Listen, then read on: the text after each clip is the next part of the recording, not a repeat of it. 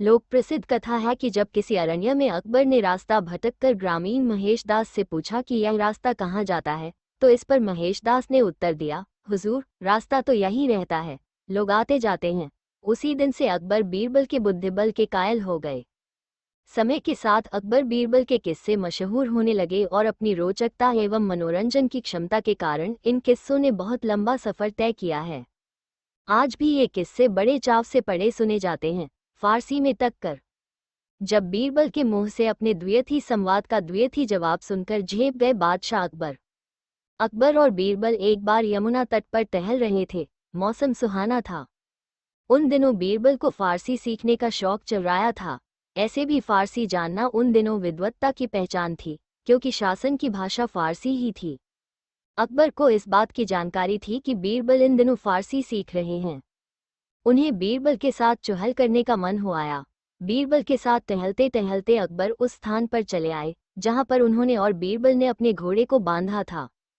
बीरबल को बादशाह के घोड़ों के पास आने का मतलब यही समझ में आया कि अकबर अब महल की वापसी के लिए तत्पर हैं, इसलिए वे भी अपने घोड़े के पास चले गए और उसे खोलने लगे। अकबर उसे घोड़ा खोलते देखते हुए अपने घोड़े को सहलाते रहे।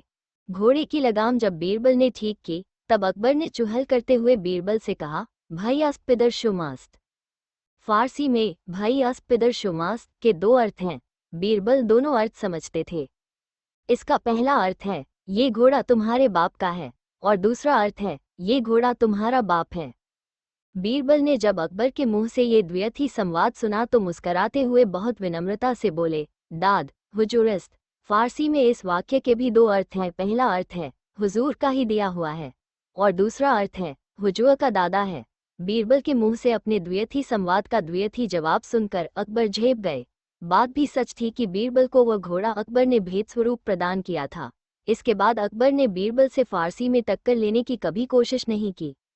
बादशाही मुर्गियों के बीच इकलौता मुर्गा। जब बीरबल का जवाब सुनकर अकबर भी अचकचा गए और मंत्रियों व दरबारियों की जुबान लज्जा के कारण खुल नहीं पाई।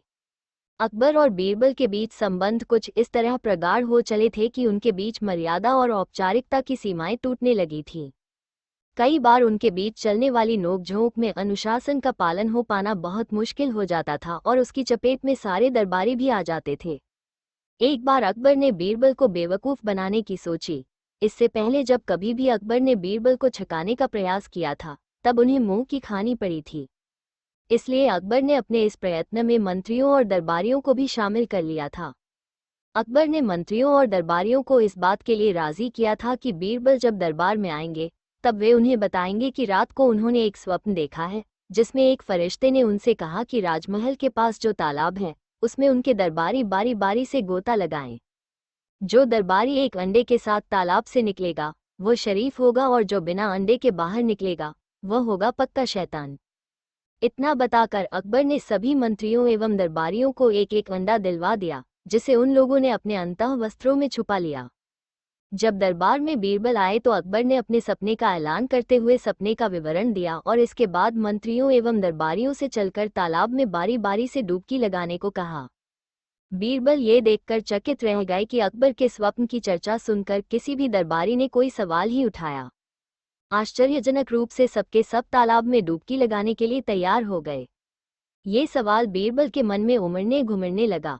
अब चूंकि सब तालाब की ओर जा रहे थे, इसलिए बीरबल की भी मजबूरी हो गई कि वे भी उनके साथ चलें। बीरबल ने एक विचित्र बात ये भी महसूस की कि सभी दरबारी अधिक चपल और प्रसन्न दिख रहे थे।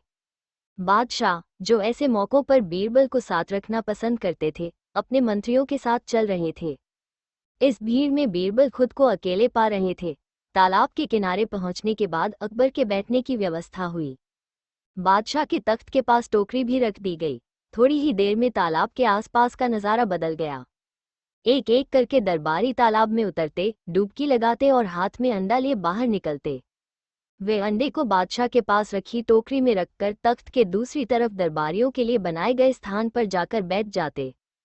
सभी मंत्रियों और दरबारियों ने डुबकी लगा ली थी। सबके सब अंडे के साथ तालाब से बाहर आए थे। अंत में अकबर कहा, बीरबल, अब तुम भी डुबकी लगा ही लो। बीरबल का मस्तिष्क तेज गति से काम कर रहा था। उन्हें विश्वास हो चला था कि इस डुबकी लगाने वाले खेल में बादशाह भी शामिल हैं। वरना अनेक धूर्त मंत्रियों और कुटिल दरबारियों के हाथ में तो अंडे नहीं आते। ये सब सोचते हुए बीरबल तालाब मने उतरे, डुबकी लगाई, लेकिन हाथ में अंडा नहीं आया। बीरबल तालाब से निकलते निकलते एक निर्णय पर पहुंचे और जोर से बांग दी। वे बांग देते देते ही बादशाह के पास पहुंचे। अकबर ने उन्हें खाली हाथ आया देखकर पूछा, बीरबल, तुम बिना अंडे के? बीरबल ने फिर से जोरदार बांग लगाई और कहा, जहांपनाह, आपकी अंडा देने वाली मुर्गियों के बीच मैं ही तो एकमात्र मुर्गा था। अब मेरी बात का भरोसा न हो तो आप भी पानी में उतरकर आजमा लें। बीरबल की बात सुनकर बादशाह भी झेप गए और मंत्रियों एवं दरबारियों की जुबान लज्जा के कारण खुल नहीं पाए। बादशाह ने अपनी झेप मिटाते हुए कहा, बीरबल, तुमसे पार पाना मुमकिन नहीं है। बाल पर सवाल। और फिर इसके बाद अकबर ने बीरबल से हथेली के बाल के बारे में कभी भी कोई सवाल नहीं पूछा। अकबर और बीरबल के बीच एक विचित्र संबंध था। दोनों के बीच नोकझोंक और एक दूसरे पर कटाक्षों का उपयोग खूब हुआ करता था। वाक चातुर्य अकबर में भी था, किंतु बीरबल प्रायः बाजी मार जाते थे। एक बार अकबर ने बीरबल से पूछा, बीरबल, तुम तो जानकारियों का खजाना हो, मुझे एक बात बताओगे?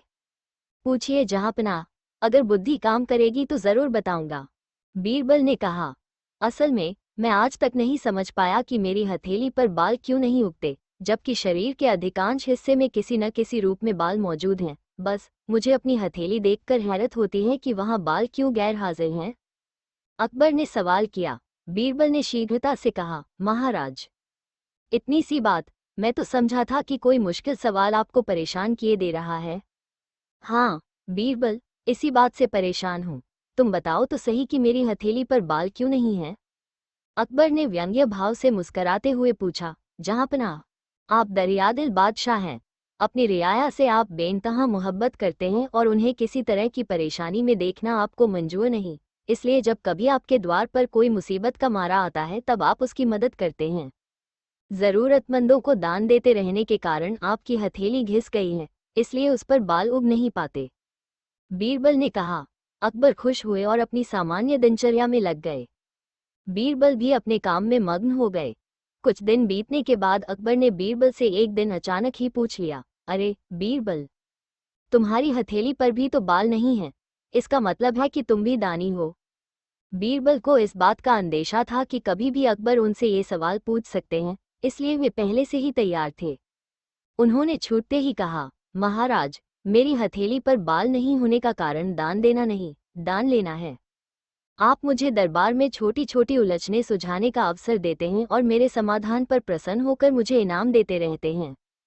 आपसे इनाम लेते लेते मेरी हथेलियां भी घिस गई हैं और उन पर बाल उग ही नहीं पाते। अकबर बीरबल की इस हाजिर जवाबी से बहुत खुश हुए। इसके कुछ दिन बाद अपने दरबार में अकबर ने बीरबल से पूछ लिया, बीरबल, तुमने मेरी हथेली और अपनी हथेली पर बाल नहीं होने का कारण तो बता दिया। आज तुम ये देखो कि मेरे दरबार में जितने भी दरबारी हैं, उनमें से किसी की हथेली पर बाल नहीं हैं, ऐसा क्यों है? बीरबल ने इस प्रश्न का उत्तर भी पहले से सोच रखा था। मुस्कराते हुए कहा, जहांपनाह, सच्ची बात यह है कि दरबार में जब भी आप मुझे इनाम देते हैं तब तमाम दरबारी हाथ मलने लगते हैं, क्योंकि उन्हें भी इनाम पाने की हसरत है। लेकिन हताशा में हाथ मलने के सिवा वे और कर भी क्या सकते हैं, इसलिए उनकी हथेली पर बाल नहीं उग पाते। इसके बाद अकबर ने बीरबल से हथेली के बाल के बारे में कभी भी कोई सवाल नहीं पूछा। बैंगन के गुण। पहले बैंगन के गुणों और बाद में उसी के अवगुणों को बताकर बीरबल ने कैसे किया अकबर को संतुष्ट। बैंगन सिर्फ सब्जी नहीं है, आपने ठीक कहा है जहांपनाह।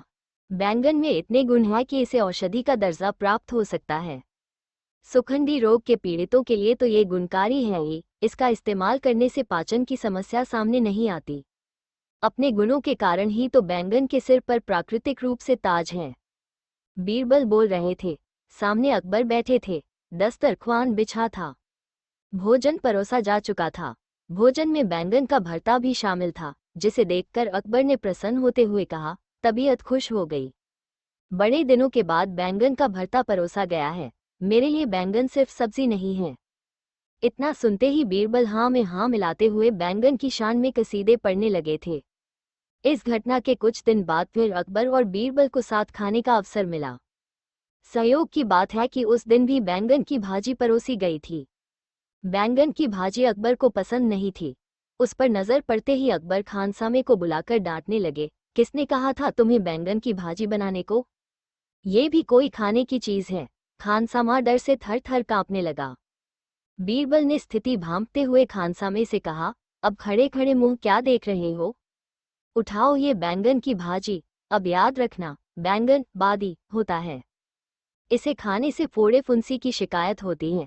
खाज खुजली बढ़ाना बैंगन का काम है, इसीलिए इसे बेगुन भी कहते हैं। खानसामा बैंगन की भाजी वहां से उठाकर ले गया, मगर बादशाह अकबर चकित दृष्टि से बीरबल को देखे जा रहे थे। बीरबल ने अकबर की ओर देखा, मानो कह रहे हो जहांपनाह, अब तो भोजन करना आरंभ करें। मगर अकबर ने खाना आरंभ नहीं किया। उन्होंने बीरबल की आंखों में झांकते हुए कहा, बीरबल, तुम जबान के पक्के नहीं हो। अभी कुछ दिन पहले ही तो तुमने बैंगन के गुण गिनाए थे, और आज मात्र बैंगन खाने के प्रति मेरी अनिच्छा प्रकट होने पर तुम्हें वही बैंगन बुरा लगने लगा। बीरबल ने अकबर की बातें गंभीरता से सुनी, फिर कहा, जहांपनाह, मैं बैंगन का नहीं, आपका सेवक हूं, और सेवक का धर्म है मालिक की दृष्टि से चीजों को देखना।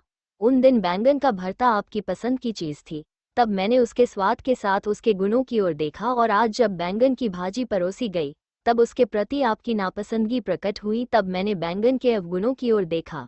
दरअसल जहांपनाह, उन दिन भी मैं आपकी दृष्टि से बैंगन को देख रहा था, और आज भी आपकी ही दृष्टि से बैंगन को देखा। बीरबल का जवाब सुनकर अकबर संतुष्ट हो गए।